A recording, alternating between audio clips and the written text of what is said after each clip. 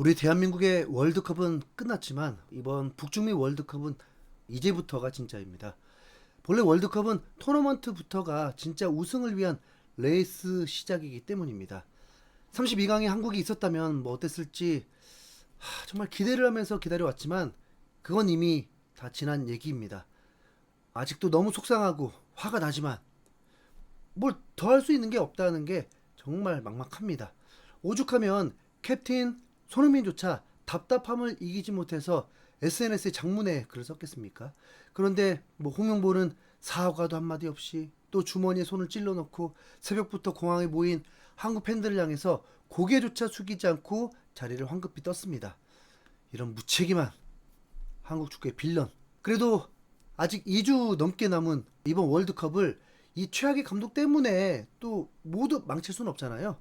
분명 축구적으로 재밌는 경기들도 있을 것이고 대이변도 일어나는 월드컵이 될 텐데, 그래서 정말 뭐 착잡하지만 어떻게든 월드컵 소식을 전하도록 하겠습니다. 월드컵 32강에 4경기가 벌써 치러졌습니다. 첫 경기는 어쩌면 우리 한국의 경기였을 수도 있는 남아공 대 캐나다의 경기였습니다. 만일 한국이 남아공 대신에 올라갔더라면 캐나다를 이길 수도 있지 않을까 싶은 형편없는 경기력이었습니다. 물론 감독이 홍명보가 또 아니었을 때 얘기지만 아무튼 뭐 보면서 더욱 이번 탈락이 뼈아팠습니다. 캐나다는 남아공을 압도했지만 빅찬스를 4개나 만들고 모두 놓치는 형편없는 골 결정력을 보여줬거든요.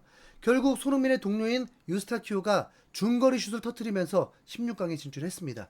그리고 두 번째 경기는 바로 이제 옆나라 일본과 우승 후보 브라질 간의 매치였습니다. 이 경기는 시작 전부터 뜨겁게 달아올랐는데 그 이유는 바로 한 일본 선수가 경기 전에 날린 뜬금없는 도발 때문이었습니다. 도발의 당사자는 일본 대표팀의 21살 공격수 시오가이 겐토라는 선수였는데요. 미토마도 아니고 쿠보도 아니고 켄토? 이름도 뭐 처음 들어보는 애송이 같은 선수가 브라질을 향해서 대놓고 도발을 한 겁니다. 옛날에는 강했는데 지금은 어떤지 모르겠다. 강한 건 프랑스랑 아르헨티나 뿐이고 브라질에게는 요즘 별로 나오지 않는다라면서 브라질이 우승 후보조차 아니라고 말했죠. 켄토의 도발은 여기서 끝이 아니었습니다. 일본이 그동안 브라질의 네이마르에게 유독 많은 골을 헌납해왔다는 점을 지적받자 네이마르가 언제적 네이마르냐, 지금은 괜찮을 것 같다라면서 네이마르까지 무시하는 발언을 뱉었는데요. 이 발언이 브라질 현지로 번역되어 퍼지면서 그야말로 난리가 났습니다.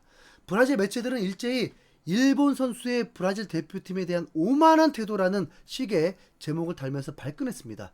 브라질은 그 전까지 일본을 상대로 존중하고 안첼로티 감독은 결승전급 중요도라고 하면서 축켜 세워주고 있었는데 일본이 어이없게 뒤통수를 때려버린 겁니다. 그래서 브라질은 더 화가 났습니다. 브라질의 주장 마리퀴노스는 이 인터뷰를 듣고 그런 말들이 우리 팀에게 동기부여가 되는 건 좋은 일이라고 생각한다. 우리를 얕잡아 보는 건 오만함이 조금 섞여 있는 것 같다라면서 참교육을 다짐하는 모습이었습니다.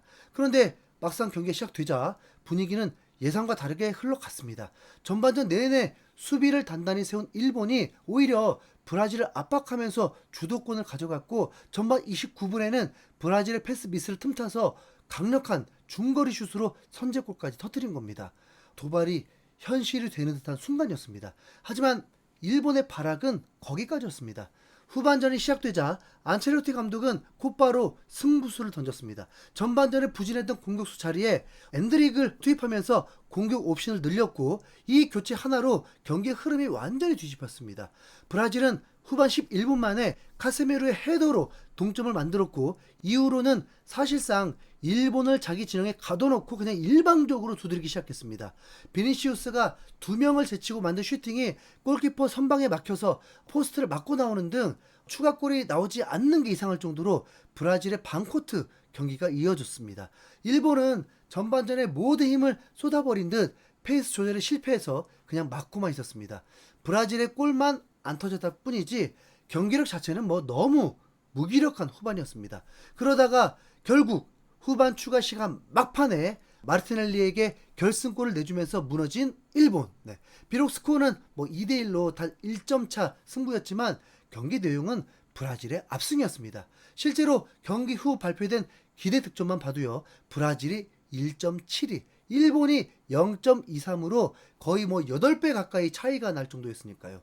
경기가 끝난 직후에 일본의 켄토는 도발의 대가도 톡톡히 치렀습니다. 브라질 공격수 마테우스 쿠냐가 일본 벤치 쪽을 향해서 다섯 손가락을 펼쳐 보이면서 브라질의 5회 우승을 과시하는 듯 도발적인 제스처를 날렸죠. 왜 벤치를 향해서 이렇게 했냐면 도발을 날린 켄토는 이번 경기에 출전도 못하고 벤치에 앉아 있었기 때문입니다. 사실 뭐 이 켄토라는 선수는 이번에 대표팀에 처음 뽑힌 유망주에 불과합니다. 월드컵 경기에 나온 게 첫 경기였던 네덜란드전 후반 83분에 교체로 투입됐던 겁니다. 이후로는 계속 결장이고 자신있게 도발을 날린 브라질전에서도 출전 시간은 0분이었습니다. 아니, 도대체 뭘 믿고 도발을 했던 걸까요? 그러다 보니까 브라질 선수들이 일본 벤치로 가서 도발의 당사자를 참교육해버린 겁니다. 그리고 또 마갈량이스가 선수들 그 인사 자리에서 가서 위로해주듯이 염장 지른 장면, 바로 이 장면입니다. 네, 일본아 나대지 마라. 결국 우승을 노린다던 일본은 이번에도 월드컵 토너먼트에서 쪽도 못 쓰고 탈락했습니다. 뭐 32강에 탈락했으니까 저번보다 오히려 더 퇴보한 셈입니다. 일본의 토너먼트 1승이 이렇게 힘든가요? 분명 조편성부터 운이 매우 안 따라줬고 네덜란드, 스웨덴 같은 강팀들을 만나면서 일본이 고생한 건 맞습니다. 또 뭐 미토마, 쿠보가 부상을 당해서 이번에도 전설의 1군을 보지 못한 것도 맞죠. 근데 어쨌든 지금 뭐 매번 토너먼트만 올라가면 뒷심 부족으로 항상 광탈하고 있잖아요. 그러다 보니까 일본에서도 이제는 모리아스 감독을 경질해야 된다는 여론이 나오고 있습니다. 너무 가혹한 소리일지도 모르겠지만 우승이나 4강, 8강을 떠들던 거에 비하면 초라한 탈락이다. 제발 이번이 모리아스 감독의 마지막이길 바란다. 모리아스는 전술이라는 게 없다고. 범인 찾기를 하자는 건 아니지만 8년째 일본을 맡고 있는 모리아스는 이제 한계다. 지난 턴오버 실패, 오늘의 연장전 노림수 실패까지 모리오가 메이저대회 4번 연속 토너먼트에서 광탈하는 건 분명 이유가 있다. 이제 내려와라.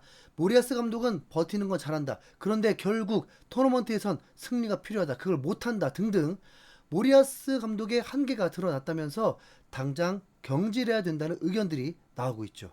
최근에 뭐 일본 회장 누군가가 홍명보를 옹호했다는 말이 나오던데 모리아스 자르고 그냥 홍명보 데려갈래? 너네도 좀 맛 좀 봐라 진짜. 그리고 그 다음 경기인 독일 대 파라과이, 여기서 예상치 못한 대이변이 일어났습니다.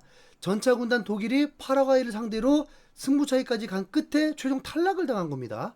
전반전에 파라과이가 헤더골로 선제골을 넣은 것도 이미 충분히 이변이라고 생각했는데요. 독일은 후반에 하베르츠의 골로 가까스로 동점을 만들었을 뿐 파라과이의 수비를 뚫어내지 못했습니다. 점유율은 76대 24로 독일이 많이 앞섰는데 정작 빅창스라고 불릴 만한 득점 기회는 독일 2회, 파라과이 3회로 파라과이가 많았습니다. 결국 연장을 넘어서 승부차기까지 간 경기. 독일은 지금까지 월드컵에서 한 승부차기를 모두 이겼다는 대기록이 있었는데 이게 이번에 깨지고 맙니다. 무려 3명의 선수가 실축을 해버리면서 파라과이에게 최종 패배를 해버린 겁니다. 하필이면 마지막 페널티킥을 실축한 게 김민재의 경쟁자인 요나단 타 때문이었습니다. 진짜 꼬숩네요. 지금 한국이 32강 탈락한 원인 제공이 바로 독일이었거든요. 처음부터 김색이 만들었던 독일. 그냥 독일 탈락이 일본 탈락보다 더 기쁠 정도입니다. 그리고 다음 경기였던 네덜란드 대 모로코의 경기도 또 승부차기까지 이어졌는데 여기서는 네덜란드가 떨어지고 말았습니다. 네덜란드가 경기 막판까지 앞서면서 끝날 줄 알았던 게 후반 추가 시간 나오자마자 동점골을 헌납하면서 최종 그 지경까지 된 겁니다. 네덜란드보다는 모로코가 올라오면 좋겠다 했는데 진짜 32강 탈락한 거 말고는 그대로 이루어지고 있는 황당한 상황입니다. 정말 한국의 32강 진출 실패만 아니었다면 역대급 재밌는 월드컵인데 이걸 온전히 못 즐기게 만든 진짜 그 양반 너무 원망스럽네요. 진짜 정말 이 감정이 언제 사라질지 모르겠지만 여러분들을 위해서 꾸준히 월드컵 소식을 전해드리도록 하겠습니다. 그래도 이제 브라질, 잉글랜드 가보자. 지금까지 흰수염고리였습니다. 감사합니다.